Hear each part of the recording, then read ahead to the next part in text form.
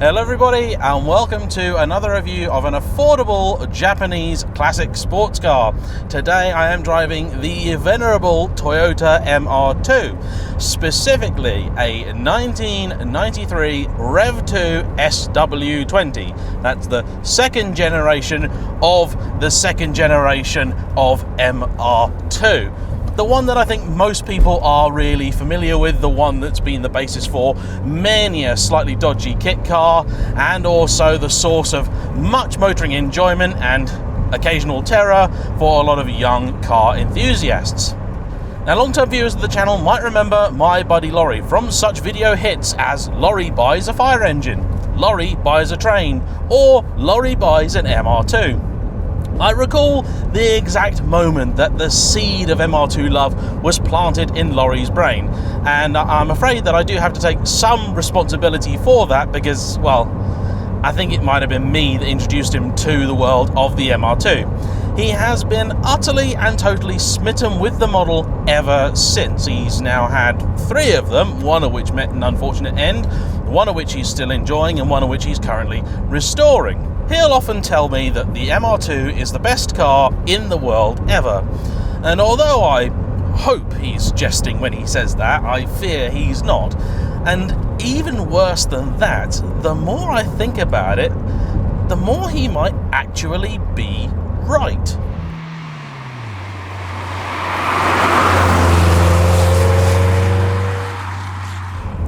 If you, for a moment, ignore the need to have back seats, the MR2 does a huge amount right.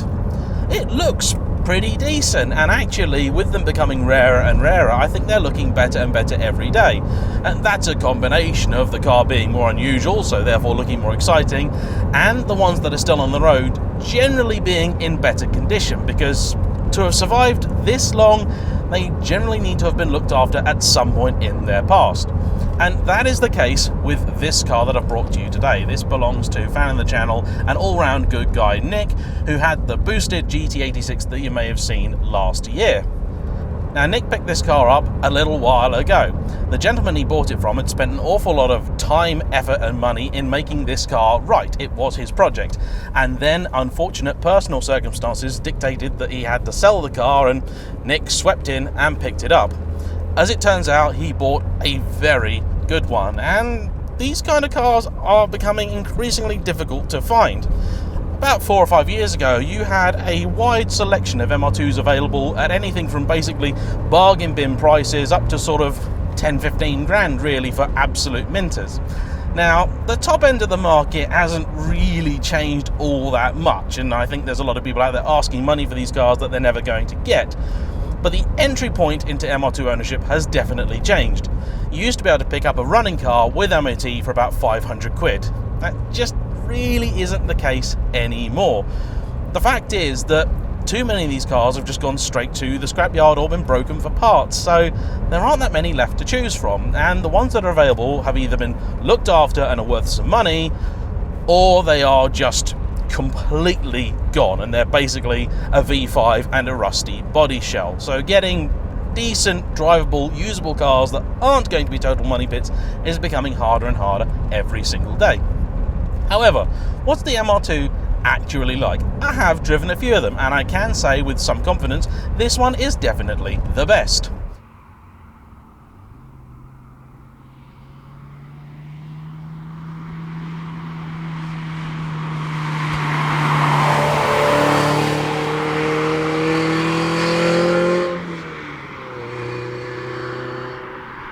As with all good MR2s, it is not standard. It has the obligatory cold air intake sat in the middle of the hot engine bay, although it has been given a nice pipe from the outside to feed it some cool exterior air. As you can probably tell, today is a very chilly day. It's only 2 or 3 degrees, and so I'm going to be a little bit gentle with this car while it warms through. There's still a lot of frost out there, and it's not like this is a car with a reputation for safe and predictable handling. You also have a mongoose exhaust on here.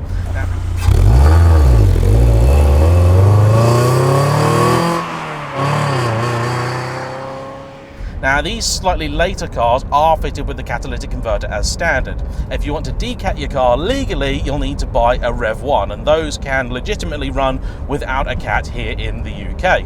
This also has the later style Quokey rear lights, which some people love, some people don't. I quite like them myself. However, its owner doesn't like the later style of spoiler, which the Rev 3 onwards got. There were in total 5 revisions of MR2, so if you're looking at buying one, it's worth looking at what each one particularly means, because it will help you spot a car that's been built from different parts of different cars. Case in point, my friend Lawrie's car, which is basically half Rev 1 and half Rev 3. The engine is a 2-litre Toyota lump, the 3 SGE, and this car producing about 154 horsepower. That was allegedly slightly down on the Rev 1s, which obviously didn't have the cat, and also down on the Rev 3s, which had a much spicier engine, or version of this engine, and they produced about 174 horsepower.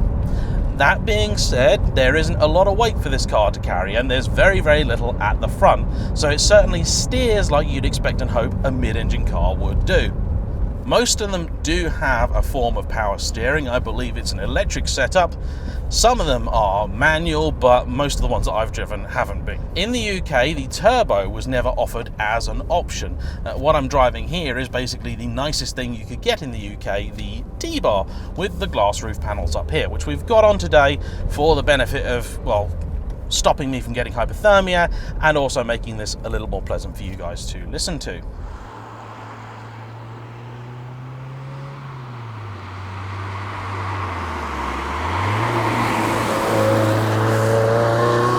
Visibility in these things is freakishly good. You've got this paper-thin A-pillar, you've got excellent rear visibility, and it's basically like driving a goldfish bowl. The little quarter lights at the back are excellent, very practical, and it's an easy car to place on the road. You can see a little bit of the front, and the car itself is absolutely dinky. I mean, it wasn't exactly a big car when it came out, but it's a really small car these days. The MR2 really is generally known for one thing, and that's the evil snap oversteer that it produces. The fact of the matter is that I'm not sure it ever fully deserved the reputation that it had. I've got absolutely no doubt whatsoever that it certainly can snap into oversteer if the mood takes it, but you have to remember, this is a small, short wheelbase, narrow car with a mid-engined rear-wheel drive setup. Physics dictates that it's going to want to do that. Now, from the Rev 2 onwards, Toyota set the car up a little bit differently to try and prevent such incidents from happening, and I'm sure tyre technology has also come a very long way. There are no safety systems in this car to save you from yourself, so you do really need to be aware of it when you are driving. I think that really is the root of the car's reputation. The fact that most of the people buying these when they were new were probably coming from a front-engine, front-wheel drive hatchback, little Peugeots, that kind of thing. The sort of car that's pretty difficult to unstick. And you go into one of these things and, well, it's just a completely different animal. And that, I think, is where all the problems really started. However, let's get onto a nice road and remind myself of just how these things do handle.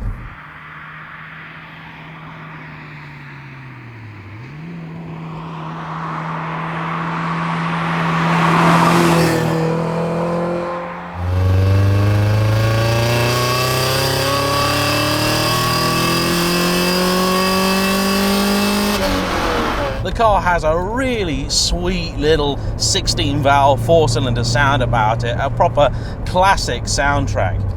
The one major modification to this car, which is really transformed it, is a set of Meister R coilovers for it. Now, these have been custom made for this car. Meister are a UK company that seem to have a very good reputation, particularly in the sort of JDM circles. This is their higher end GT1 suspension, which isn't hideously expensive at about £2,000 for the whole thing. That might sound a lot in the context of £2,000 or £3,000 cars, but believe me, the effect is transformative. The last MR2 that I drove had some BC Racing coilovers on it which weren't properly set up, and that was just ridiculously crashy. This isn't whatsoever. The suspension setup is very well judged, it's nice and compliant, but also firm enough that the car doesn't roll too much in the corners, and it seems very predictable and very linear in the way that it responds. I really rather like it, and it suits this car. It's given it a little bit more of a sporting edge, but hasn't taken away from any of the MR2's GT capabilities. And trust me, this is actually an excellent GT car. The steering in it is as light as you'd expect it to be for this type of car, and although I haven't got the confidence in it to press on like I would in something like a Lotus, it's actually a pretty enjoyable steer.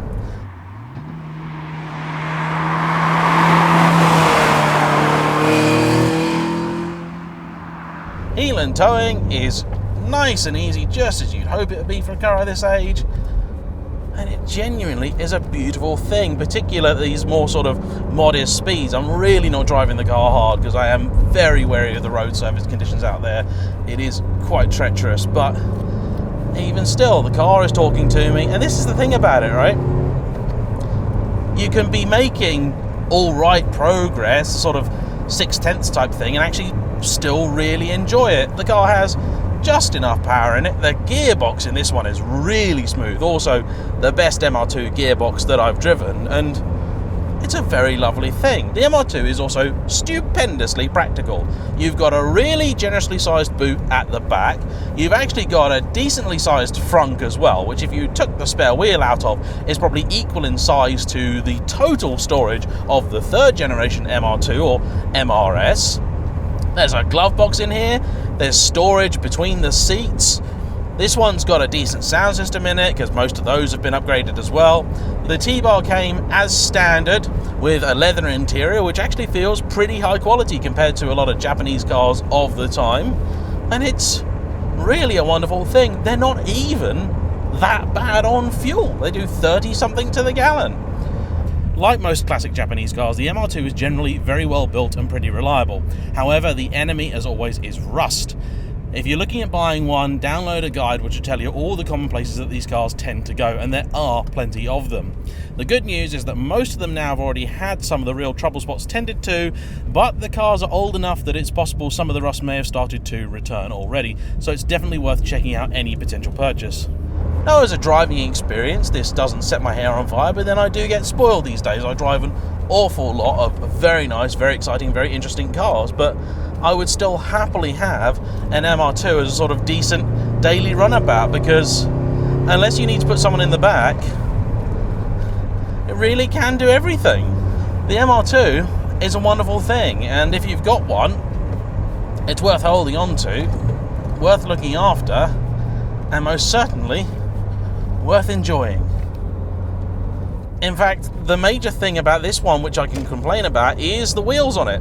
They're really not to my taste. Fortunately though, as with all wheels, they do come off. If you want to pick one of these up, I suggest you do it as soon as you possibly can. You can still get a decent example for a couple of £1,000s, but prices are slowly creeping up. The bigger issue really is not the prices, it's simply the availability, because finding these is getting harder and harder with every passing winter, and I think the MR2's time may finally be here. Thanks for watching. Please like, comment below, subscribe if you haven't already. We'll see you all for the next one. Bye bye.